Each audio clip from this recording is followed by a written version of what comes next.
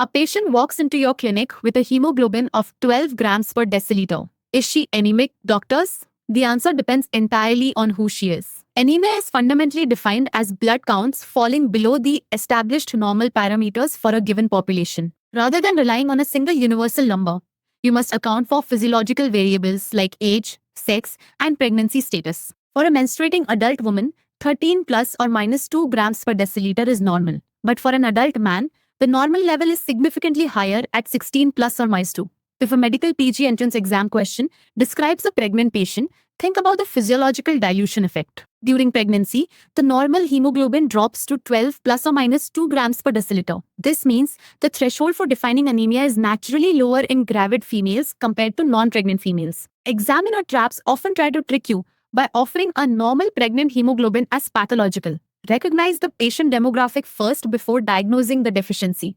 Building on those thresholds, let us look at what happens when the kidneys fail. In the specific context of chronic kidney disease, anemia commonly develops when greater than 50% of kidney function is lost. This is heavily driven by erythropoietin deficiency.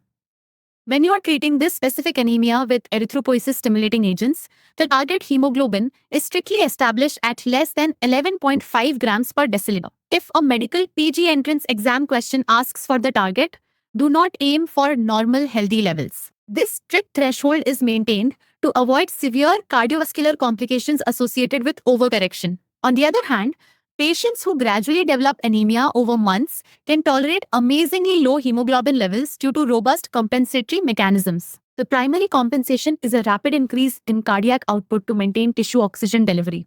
Secondary compensations include increased levels of 2,3-bisphosphoglyceric acid to decrease oxygen affinity alongside a gradual increase in plasma volume.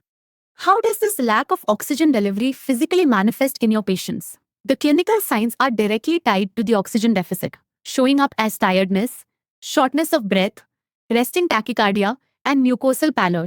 The overall health status and cardiac reserve of the individual heavily dictate their symptomatic response to these falling hemoglobin levels. A young patient might compensate beautifully, while an older patient with poor cardiac reserve becomes profoundly symptomatic at the exact same hemoglobin level. Classic question area right here. You must evaluate the clinical presentation alongside the raw numbers. The takeaway is this: anemia is not just a lab value.